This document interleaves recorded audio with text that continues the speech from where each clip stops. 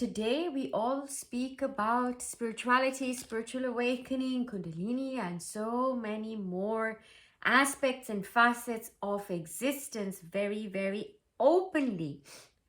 But do all of us who may even be going through these things and be very spiritual in their nature and that the way that they behave in their mindsets, live the fullness of their life, do we have to, in words, acknowledge spirit? Do we have to be spiritual? Do we have to talk about it? Or can we just get on with it and just live our lives very fully? Right?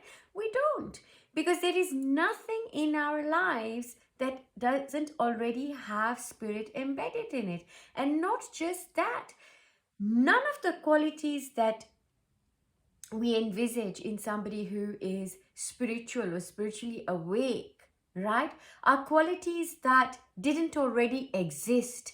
There is nothing that is just of the spiritually awakened realm, or that you must be spiritual or spiritually awake for you to be kind, for you to be loving, for you to be generous, for you to have compassion. No, all of these already are in us as human, right?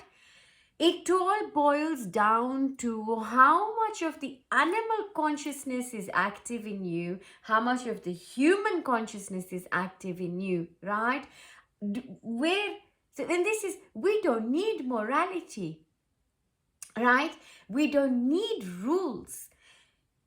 All this comes into place, or they all came into place when the animal in us, when the beast in us was in charge, is in charge, right?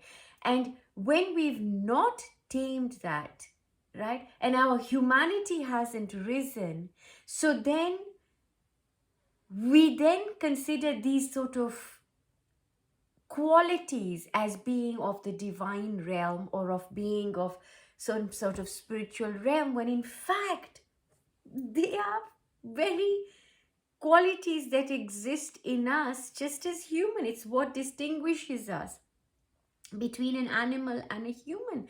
Animals will look to meeting their immediate needs. A human can wait, right, to appease their hunger, because we have intellect. We have that level of intelligence which will allow us to appease, to allow us to delay pleasing our animal instincts. We are able to move from animal instinct into intuition. We are able to live a life born of intuition as opposed to instinct. We know when to use instinct, when to use intuition. If you're stuck in a jungle full of snakes, full of tigers, full of predators, then maybe we can use our instinct at that time, right?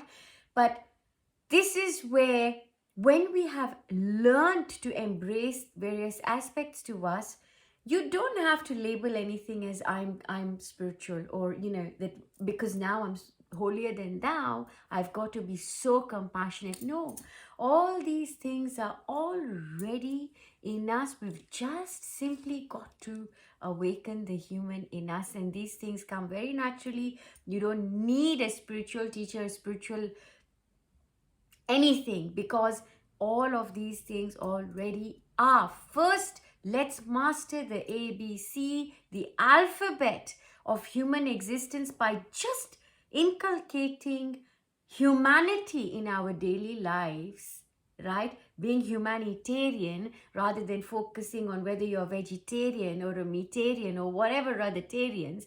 Let's focus on being human. Once we're able to master that, right, to then traverse a spiritual path, a spiritual awakening, is a walk in the park. Lots of love. Take care.